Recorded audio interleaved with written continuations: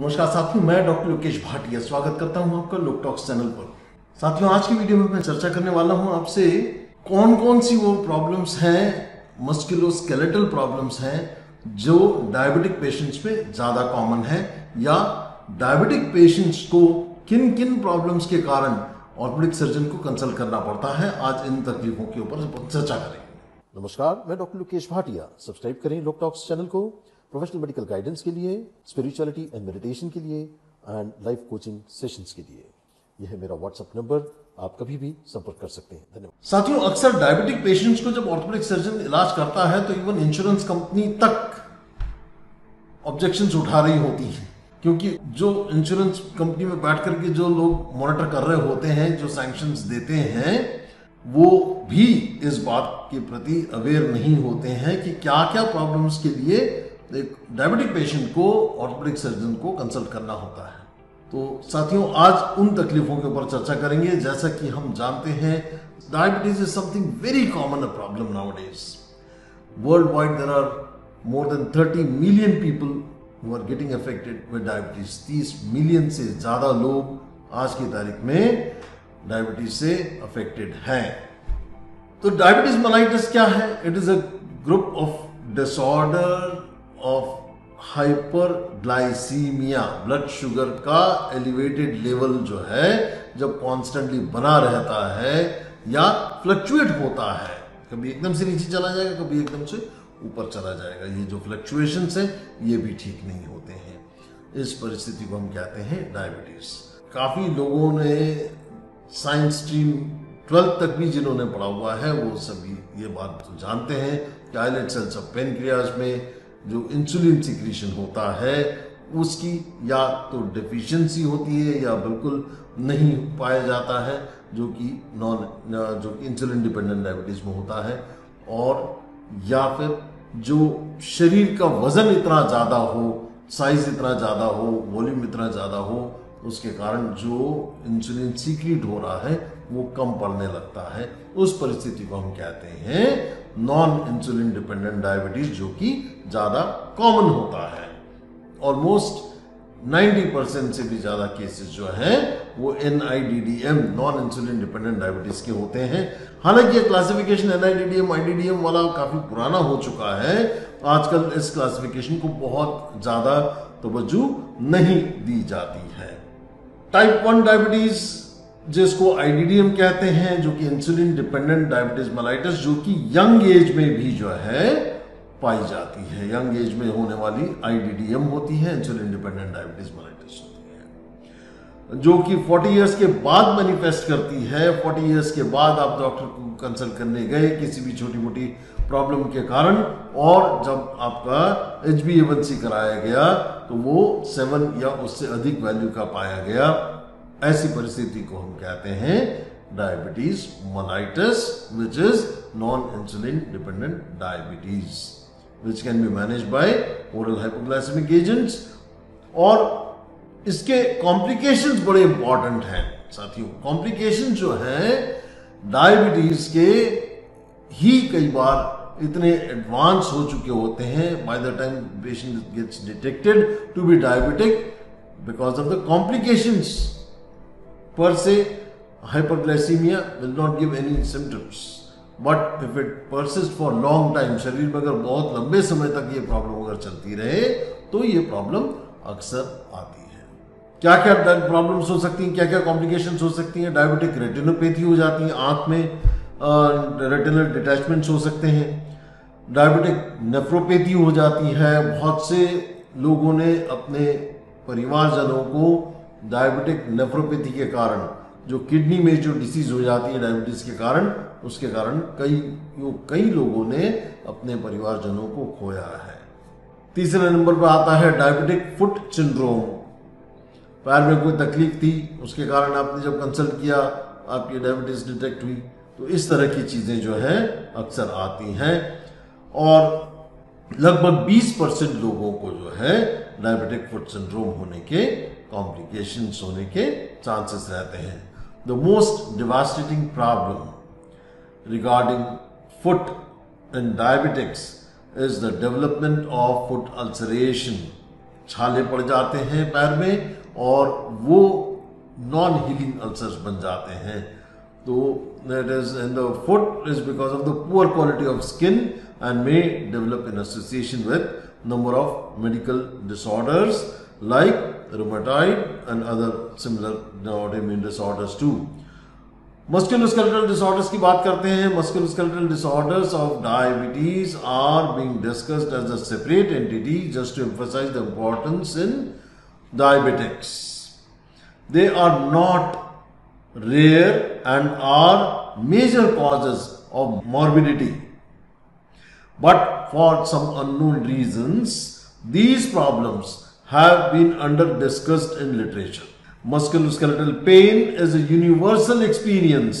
Soft tissue rheumatism, अक्सर आपने doctor को जब दिखाया होगा, बहुत सारी टेस्ट करवाई होंगी और टेस्ट करवाने के बाद कोई बहुत ज़्यादा चीज़ें जब पॉजिटिव नहीं आती हैं तो डॉक्टर एक क्लिनिकल डायग्नोसिस बनाते हैं जिसे कहते हैं soft tissue rheumatism. Rotator cuff lesion in the shoulder, carpal tunnel syndrome, stenosing tenosynovitis in the finger, आपने सुना होगा। ट्रिगर फिंगर बहुत कॉमन होता है कि ये जॉइंट जो है इससे ज्यादा हम प्रॉक्सिमल इंटरफेरेंशियल जॉइंट उससे ज्यादा सीधा नहीं कर पा रहे हैं। तो ये चीजें जो है डायबिटिक्स में बहुत कॉमन पाई जाती हैं। Musculoskeletal disorders which are concern to orthopaedic surgeon are quite common in diabetics like increased body mass index. मैं जब भी किसी पेशेंट में ओबेसिटी या 20% से अधिक बॉडी वेट उनका मैं जब पाता हूँ तो निश्चित रूप से उनका HbA1c कराना प्रेफर करता हूँ। और बहुत से पेशेंट जो ये सोच रहे होते हैं कि वो नॉन डायबिटिक हैं, कई बार वो हिस्ट्री में कहते भी हैं कि नहीं साहब हमने चेक कराया। अक्सर ये जो डायबिटिक कैंप्स में जो फिंगर प्रिक से जो चेकअप होती है वो कई बार थोड़ा सा हमको धोखे में रख सकती है। वो होती है आपके डायबिटीज डिटेक्शन के लिए नहीं होती है। अगर वो ज़्यादा पाई जाती है तो निश्चित रूप से आप डायबिटिक है, लेकिन अगर वो नॉर्मल पाई जाती है तो आप अपने को नॉन डायबिटिक ना समझा करें। अक्सर हमें ये साल में एक बार अपने को 40 साल की उम्र के बाद साल में 2 बार कम से कम HbA1c नामक जांच करवा लेनी चाहिए, या हमें और भी जो दूसरी जांचें होती है वो निश्चित रूप से करवानी चाहिए। लेकिन HbA1c बड़ी आजकल कॉमनली प्रेफर की जाती है। मुख्य रूप से मैं आपको कुछ चीज़ें जो बताना चाह रहा हूँ, एक मैं आपको चार्ट दिखाने का प्रयास करूँगा क्योंकि ये बहुत लंबा वीडियो हो जाएगा और आपको ऐसा लगेगा कि काफ़ी सारी मेडिकल टर्मिनोलॉजीज मैंने बात कर दी हैं। तो मैं 7 डिसऑर्डर्स के ऊपर चर्चा करना चाहूँगा। नंबर 1 है मसल क्रैम्प्स इन डायबिटीज। जब भी किसी को मसल क्रैम्प्स है तो उसने डायबिटीज जरूर रूल आउट करा लेनी चाहिए। नंबर 2 है मसल इन्फार्क्शन, ठीक है। Loss of deep tendon reflexes, ये सब डायबिटिक पेशेंट्स में, जैसा कि मैंने अभी आपको टाइटल में बताया है और जैसा कि अभी आपको आपने थंबनेल में भी देखा है कि मैं आज उन प्रॉब्लम्स के ऊपर चर्चा करने वाला हूं जो कि डायबिटिक पेशेंट्स में मस्कुलोस्केलेटल डिसऑर्डर्स होते हैं। तो जैसा मैंने आपको बताया, नंबर 1 है मसल क्रैम्प्स का होना, मसल इन्फार्क्शन का होना, loss of deep tendon reflexes का होना, पेरिफेरल न्यूरोपैथी, ये सब डायबिटिक्स में बहुत कॉमन होती है। रिफ्लेक्स सिंपैथेटिक डिस्ट्रॉफी सिंड्रोम, कई बार जब प्लास्टर निकलने के बाद भी बहुत दिनों तक पेन रहता है। फ्रैक्चर हुआ था, प्लास्टर निकल चुका है, उसके बाद भी पेन नहीं जा रहा है, ऐसी परिस्थिति को कहते हैं CRPS, chronic regional painful syndrome, और also it is called reflex sympathetic dystrophy syndrome. Stiff hand syndrome, कई बार प्लास्टर निकलने के बाद इतनी ज़्यादा स्टिफनेस हाथ में आ जाती है, हम हमेशा पेशेंट से कहते हैं कि फिंगर्स मूव करिए, लेकिन पेशेंट्स का तोता बांध करके रख लेते हैं और मूवमेंट नहीं करते हैं। वो परिस्थिति में स्टिफ हैंड सिंड्रोम होने के चांसेस बढ़ जाते हैं। अगला आता है न्यूरोपैथिक जॉइंट्स, ठीक है। कार्पल टनल सिंड्रोम, यहाँ की जो 3 फिंगर्स हैं इस हिस्से में दमने सोना, जो कुछ भी काम करने में तकलीफें होने लगना, ऑड पोजीशंस में थोड़ा भी काम करने में दिक्कत जाना, ये सब चीज़ें जो है कई बार लोगों को ड्राइविंग करने में भी, स्टीयरिंग व्हील हैंडल करने में भी तकलीफ आती है। उस परिस्थिति को कहते हैं carpel tunnel syndrome. Adhesive capsulitis of the shoulder, frozen shoulder के ऊपर मैं पहले भी एक वीडियो बना चुका हूं, उसकी मैं आपको लिंक यहाँ पे सबमिट कर दूंगा, आप वो भी देख सकते हैं। लिंक को मैं डिस्क्रिप्शन बॉक्स में भी पेस्ट कर दूंगा ताकि आपको इजी एक्सेस हो सके। फ्रोजन शोल्डर वाला वीडियो आप जरूर देखिए। डायबिटिक पेशेंट को यह अवेयरनेस होनी चाहिए कि हमारा फ्रोजन शोल्डर कभी भी जाम हो सकता है, एक बार ठीक होने के बाद दोबारा रिकरेंस भी हो सकता है। तो शोल्डर की एक्सरसाइजेस नियमित रूप से करनी बेहद जरूरी है। रोटेशंस करें, क्रॉस शोल्डर करें, पीछे की तरफ ले जाने की जब अपने तकलीफ नहीं है तब एक्सरसाइजेस निश्चित रूप से करनी चाहिए। टीनोसाइनोवाइटिस, अक्सर जो ट्रिगर फिंगर होता है, ट्रिगर फिंगर होना या ट्रिगर थंब की तकलीफें होना, ये बहुत कॉमन है डायबिटिक्स में।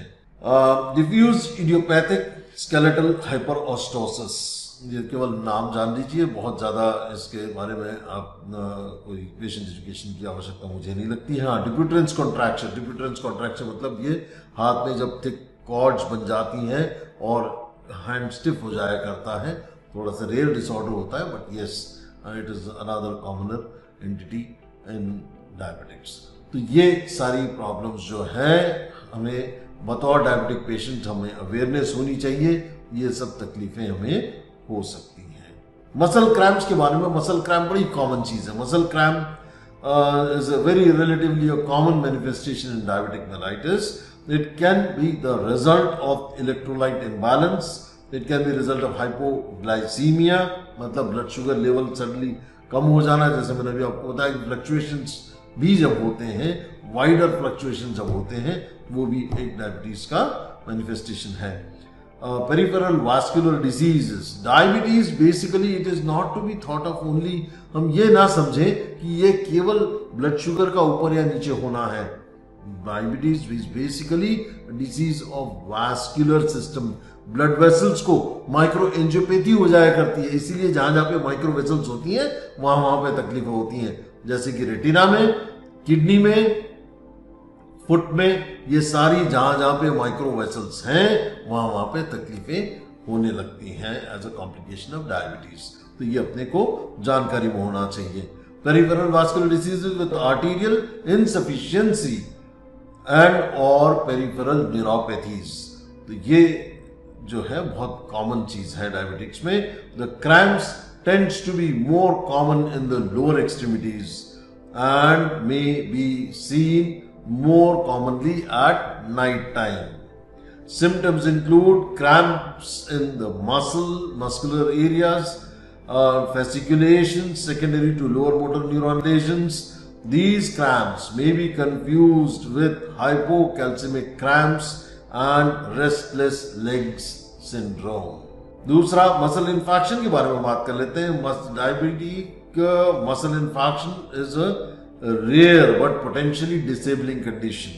The infarction tends to be spontaneous, suddenly हो सकता है, अचानक से मसल में पेन होने लगा, एक डिसेबिलिटी वाली सिचुएशन आ जाती है कि चल नहीं पा रहे, मूव नहीं कर पा रहे, तो ये मान करके चलिए ये परिस्थिति जो है मसल इन्फार्क्शन की वजह से हो सकता है। The infarction tends to be spontaneous, अचानक से आ जाना, without a history of trauma, कोई चोट नहीं लगी, उसके बाद भी अचानक से जो है पीढ़ियों में इतना सीवियर पेन होने लगा और वो दर्द देने लगा, ये परिस्थिति को हम मसल इन्फार्क्शन की डायग्नोसिस करते हैं। It affects patients with long history of poorly controlled diabetes and who require insulin and they are not taking it for some other reason. Most patients affected with infarctions have multiple microvascular complications, have peripheral neuropathy, nephropathy and retinopathy. Muscle infarction in this instance is mostly the result of ischemia.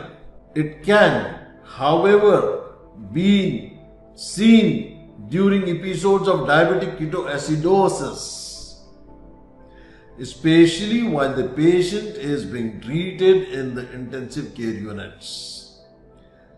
It should also be kept in mind that many patients with diabetes also have dyslipidemia either secondary to or in addition to their diabetes mellitus.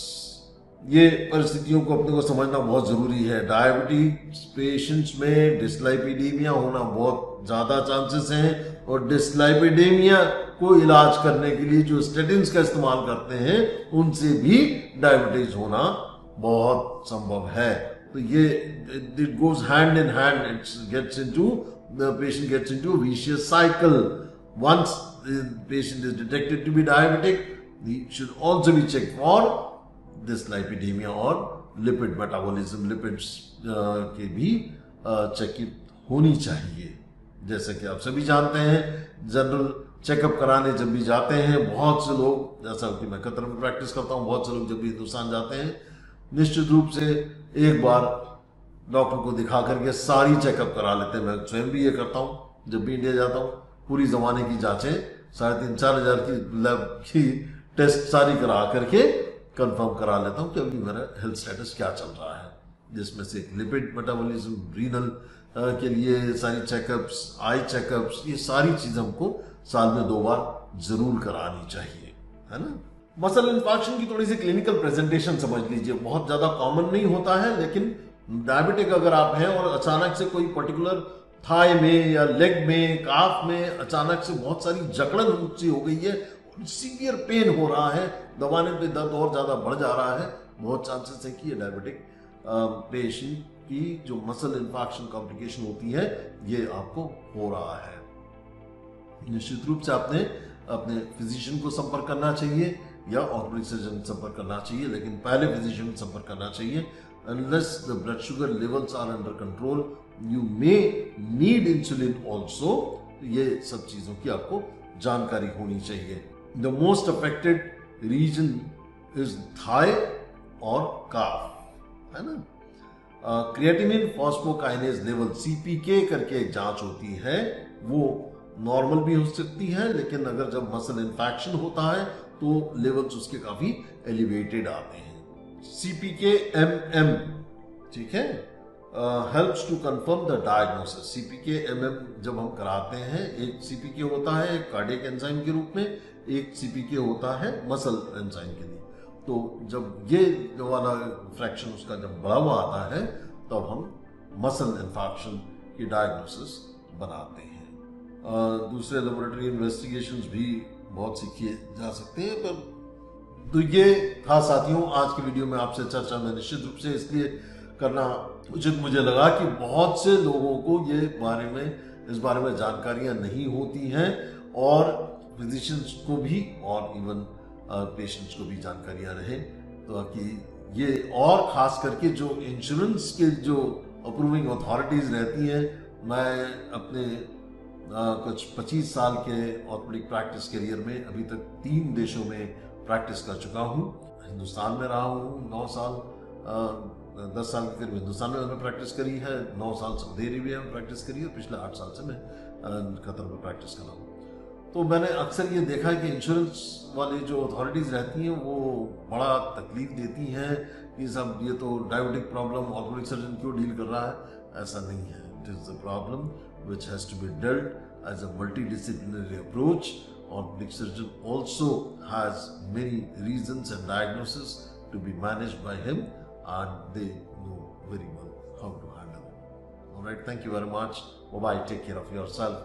Keep your blood sugar levels under control. Make sure that you are physically active. As I have said in many of my videos, make sure that you walk 5 to 7 kilometers every day.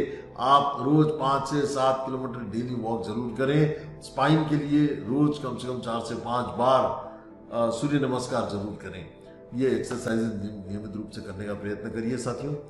Wish you all the best. God bless you. Take care.